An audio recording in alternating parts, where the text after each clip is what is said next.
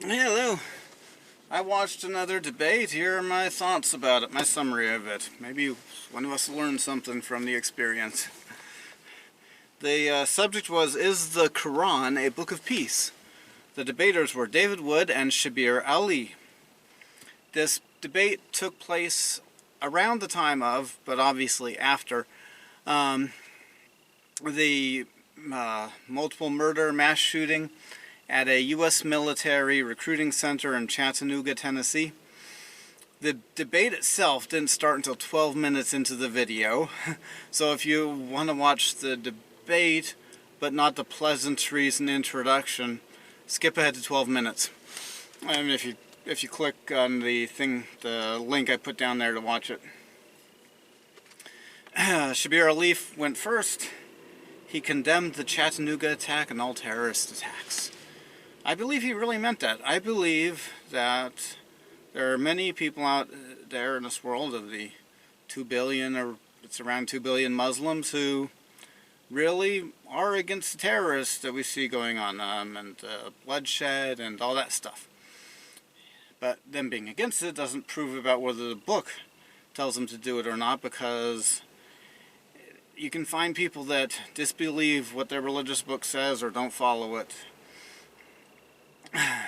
He called for a consistent approach.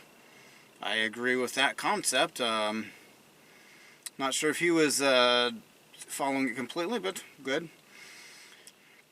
He talked about how a book portrays its heroes and role models, and then talked about biblical figures. I would expect more talking about what's in the Quran if the subject of the debate is the Quran. He used the word role models, but some of the people we read about in the Bible are just there, and their Bible doesn't tell us this person is good. This person did good in every way. And it's possible for somebody to be looked at as a hero, but not in everything. I look at people in my nation's military as heroes, especially the ones that have been in battles, combat, or active war zones. But I'm never going to say to my son, well, since the Marines are heroes, you need to find out what the highest percentage of Marines do about whatever it is, drinking, sex, religion, worshiping God, and do that. It's possible to be a hero in one way, but not in others. He claimed the Quran doesn't have some of the violent characters of the Bible. That does not have anything to do with whether the book is teaching us to be peaceful or not. Of course, when I say book of peace, I mean, is it teaching me to live a peaceful life? And if you have some different definition for book of an adjective that describes a way of living, wow, please feel free to share it in the comments, but you really should change your mind about that, because how are we going to understand each other if your definition of a book of peace has nothing to do with peace? Okay. And some of the stories, some characters who are in the Bible and in the Quran does not have their violent stories that are in the Bible. Lying about whether somebody did something, it does not make a book peaceful. And so, yeah, that's enough of that subject, that point he was making. Criteria. So he wants to know if the book teaches peace as a criteria. And he said in Quran chapter 2, I didn't write the verse down, it says to enter peace. One weakness with that argument is enter peace obviously does not mean live a peaceful way. It's not clearly saying that. Words can have more than one meaning, of course. And peace can also mean like a peace in your heart, or being at peace with God, being at peace with yourself inside. And I'm sure there are some psychopaths in this world, or sociopaths, who are at complete peace inside with themselves, while they don't care what other people think about them. Okay, he claimed that the story of Moses and a young man was not violent. He did not give a lot of details so we could be certain about which story he was talking about. And some people say that story was Joshua, but it's never named in the young man in the story is never named in the Quran. That story has some very fantasy-like elements to it. So I'm sure it didn't happen. But if it's the same story I'm thinking about, there is definitely a story in the Quran where a person with Moses murders in cold blood a child. And his explanation for why was, well, that child was going to, when he grew up, do something bad. What was the bad thing in the story? But he was going to do something bad like apostasy or what was, and that's why he was murdered at a young age. That is violent. Maybe Shabir was talking about a different story, but if Shabir called a story where an innocent child who's never done anything wrong is murdered because in 20 years he's going to do something, how can you know about what's going to happen in 20 years? That's no way to decide who to give the death penalty to, and that's violent. Okay. He claimed a book to be a book of peace must give you laws for you as a government to enact. Other parts in this debate, he said that the Quran is vague enough that you can, that there's room for interpretation and you can apply those laws anywhere. Well, then it didn't give us laws to go by if they're so vague that somebody else could be wrong about their Sharia. But that does not make any sense to me. By Shabir Ali's logic, if the book is not a book of peace, if it does not give you laws to tell you what to do as a government, then you can't be a peaceful person if you're not in government. Everybody not in the government right now, according to Shabir Ali's logic, is not a peaceful person. And to the best of my knowledge, Shabir Ali is not in the government anywhere. So Shabir Ali just identified himself as a violent person by the definition he gave, if you're honestly applying the same principle to him. He talked about just war theory. He took time to read some books about it and get into a great detail about that. And he claimed we can't trust the biographies of Muhammad because they were written when the Islamic Empire was expanding, and that influenced the story. So he believes when Ibn Kathir was writing his biography of Muhammad, he was just trying to justify their expanding empire, and so we can't trust that, what was written. And we can't trust most of the Hadith because of that. Wow, but that's like all we have to go by to learn about Muhammad. So Shabir is denouncing the religion.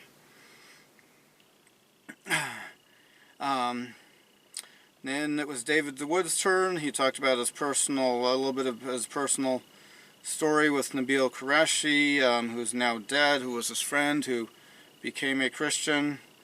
Talked about the real meaning of Islam, being submission, not peace. And multiple times the Quran claims it is clear, and he quoted those times. He's identified 3 stages of jihad by reading the Quran and reading the Hadith and reading Ibn Kathir's writings and Jalalain.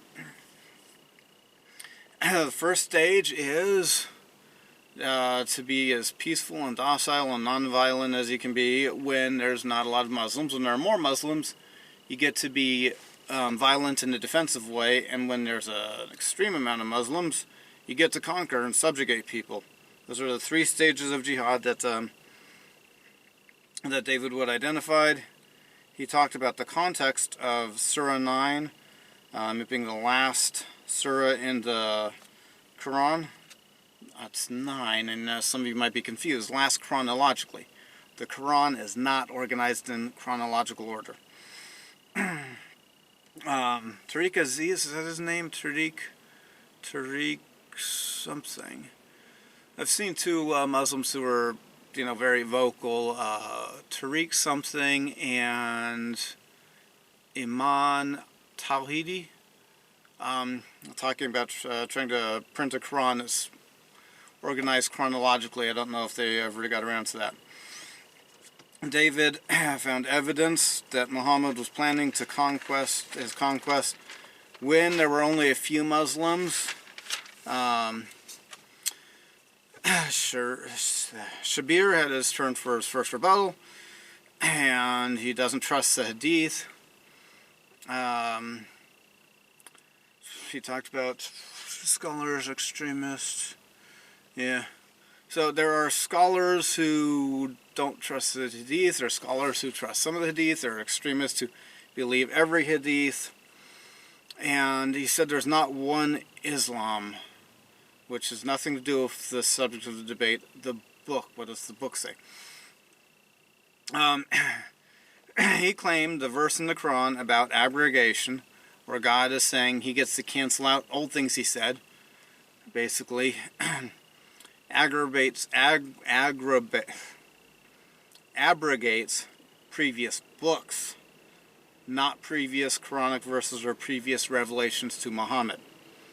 That's his claim.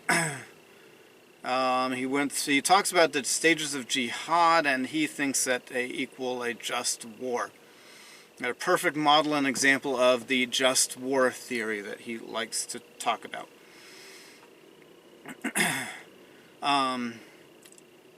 Yeah, because according to him, I haven't taken time to read all the just war theory books he's read, but I denounce the principle if Shabir was accurately quoting the principle of just war, or all the principles, because he said a just war must be winnable. What does that have to? That's got nothing to do with whether your war or battle is a good one or not. It's entirely possible that there's a bad guy who's doing bad things, and you might fail in trying to stop him. Does that mean he wasn't doing bad things? That's what should make a war just or not. If there's a bad guy doing bad things, bad nation doing bad things. No, it's, well, we're going to win this one. It's just. So according to Shabir Ali, Muhammad waited to conquer until he had a large number of Muslims, and then he needed to conquer and subjugate and get rid of oppression.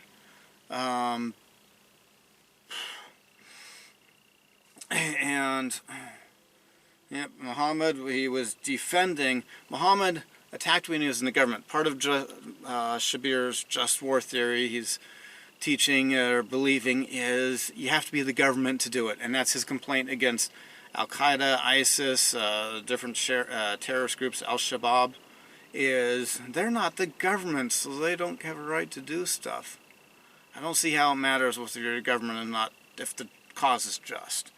But so he claimed Muhammad became the mayor of Medina, and that's when he had a duty to attack. But I doubt the Meccans who are peacefully coexisting with different gods were that much of a threat to a neighboring city if they could peacefully coexist amongst themselves with different gods. It was David's turn for his first rebuttal. He said we get to see a contrast in this debate between traditional Muslim interpretation and modern Western interpretation. Shabir Ali is the modern Western interpretation. And David pointed out he gives respect to the Quran and or Muhammad by actually believing the words that are there instead of trying to say the words don't really mean what they mean, what they say. He quoted the part of the Quran that Shabir quoted in chapter 2, and let's see. So the verse where Shabir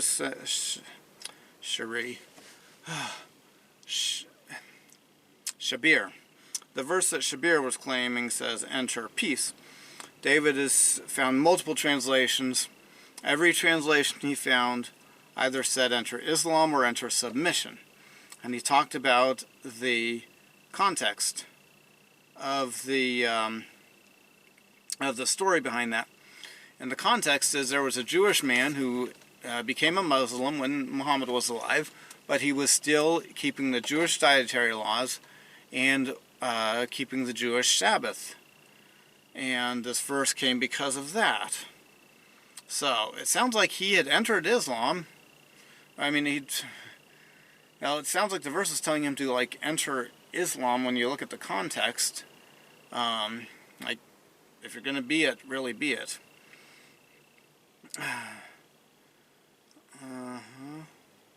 Context, position of Muslims and Muhammad. Yep, David Wood talked about it's important to look at the context of the position that Muhammad and Muslims are in when you see the surahs that were given, the Quranic verses revealed. The abrogation verse, David claimed, is because pagans in Mecca who did not know about Christianity and Judaism or knew very little about it, they definitely didn't know enough about those religions to see that Muhammad was copying the Bible and the Torah, if he was. So they couldn't have been accusing him of copying a book they had no knowledge of which they had no knowledge. I'm sorry. And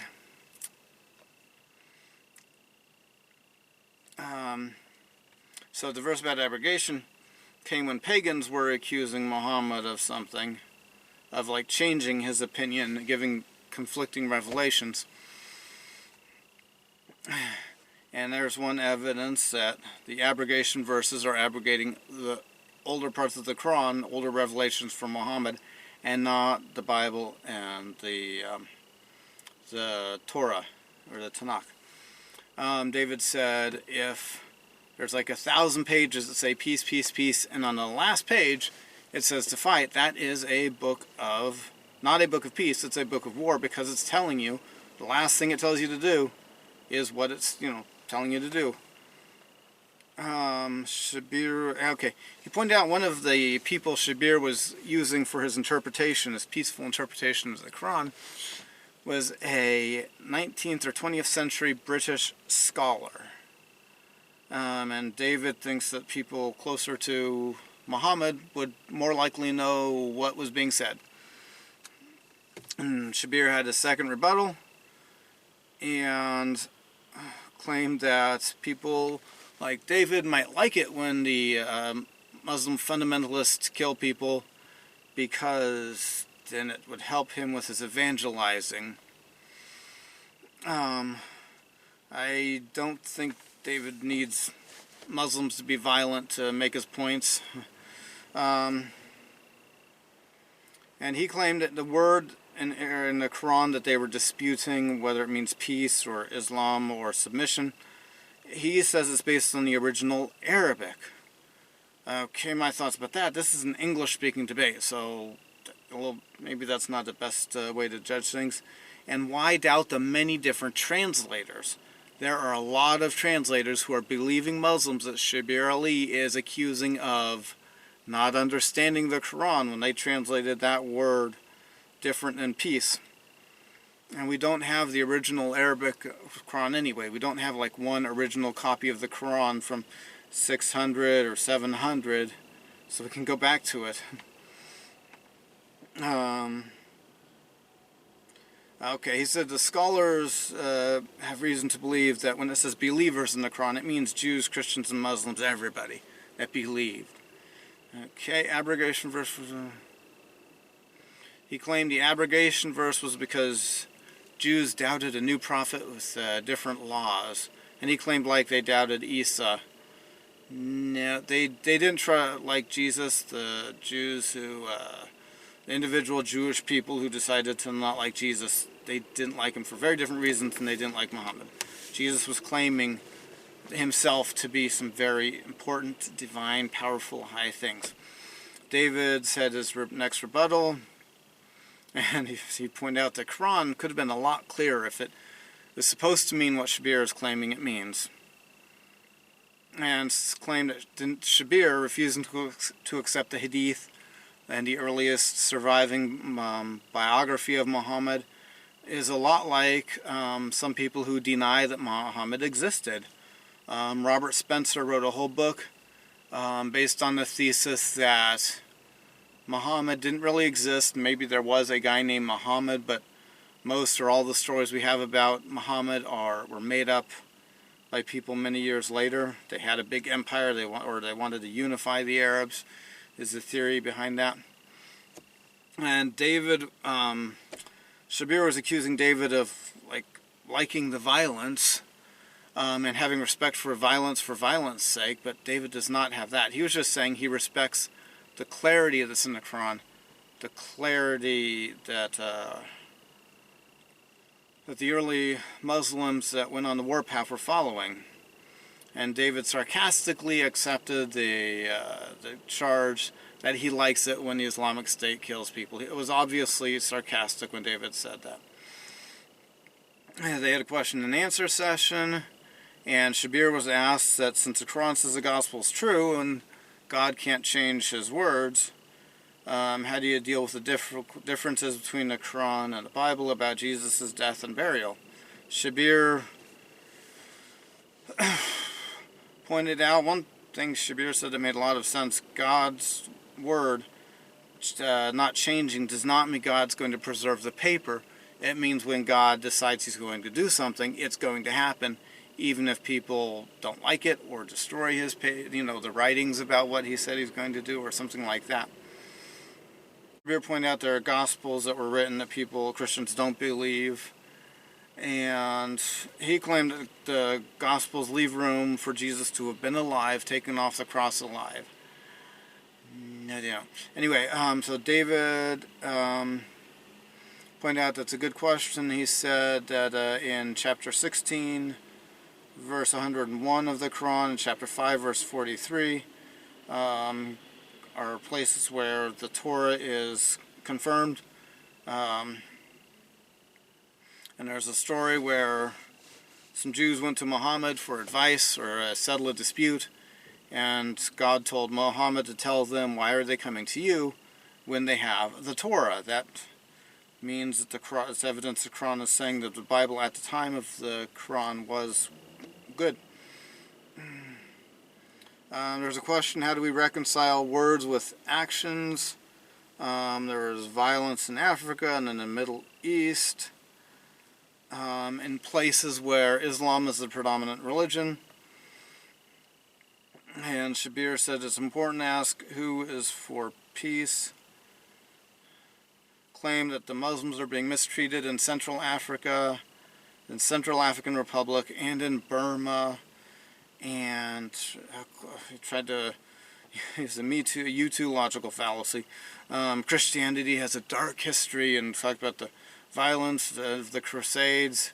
Even if the Crusades were as violent as some people want to accuse them of, that doesn't undo the other violence.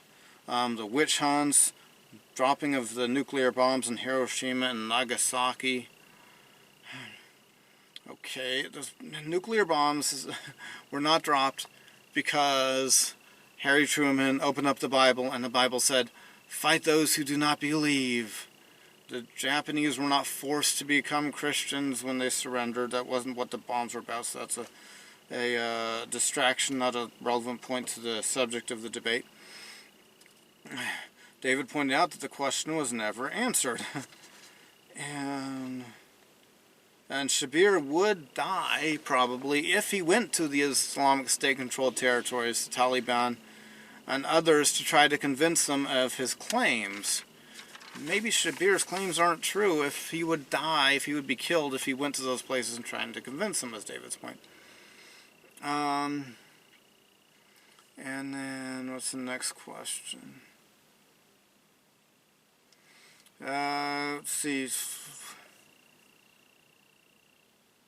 Okay, there's a question directed to David Wood about the abrogation verses in the Quran and perfected religion. He found a verse in chapter 5 of the Quran that looks like some good wording to sum up something, and so the person was saying that might be the last surah means chapter.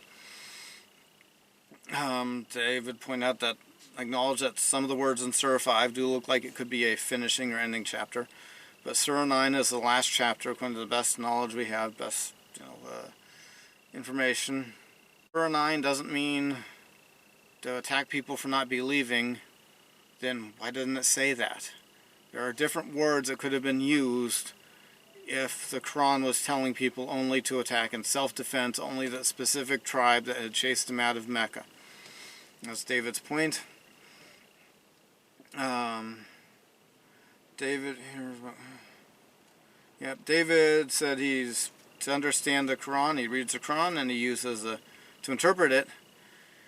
He uses the Sirah, the stories of Muhammad, the Tafsir, and most Islamic commentators agree with the conclusions David's come up with, not with Shabir Ali's conclusions.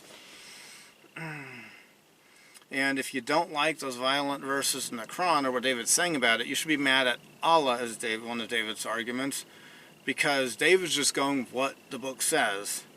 You should be mad at the one who gave the book that was unclear, or it says what David is saying it says, instead of David for quoting something and saying the words mean what the words mean. Surah, let's see, Shabir said David doesn't get... Yeah, Shabir pointed out that the Hadith came hundreds of years after Muhammad, so that's why Shabir says we can't trust him, but that's the best information we have. That's the Hadith are the closest information we have to Muhammad about him, and they were written by believing Muslims. Let's see. He claimed that Shabir claimed the Islamic State, he calls them ISIS, twists the classical tradition, and Surah 5 is the last. And well, one thing that disappointed me about this debate is if Islamic State's doing so much twisting, Shabir should have done more quoting of the Quran. He did very little quoting of the Quran in this debate about the Quran. I invite you to call me out on that if I ever do something equivalent. If I'm ever debating about the Book of Mormon is this or that, or the Bible is this or that, and I never read from the Book of Mormon or the Bible, and that hypothetical scenario, call me out on it. Next question was for Shabir Ali. Let's see, so if the abrogation meant the older books were being, the things revealed in the older books, not that God was correcting things earlier in the Quran, if Jesus was the precedent for what Shabir was saying, would your view still stand up, or would it be disproven, was the point they're getting at, if Jesus Christ was a Torah-observant Jew? Yeah, Jesus did not denounce the Torah like Shabir is talking like he was.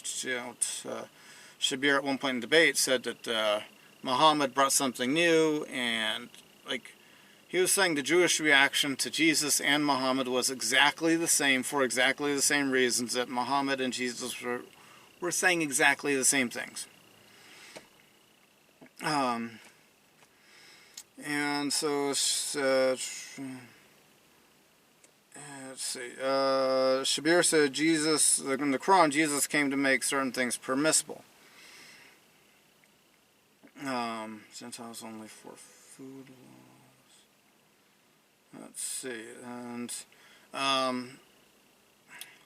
he claims something that Jesus did not say in the Bible even, but something about Jesus saying that the Gentiles only had 4 food laws, and Jesus abrogated the food laws.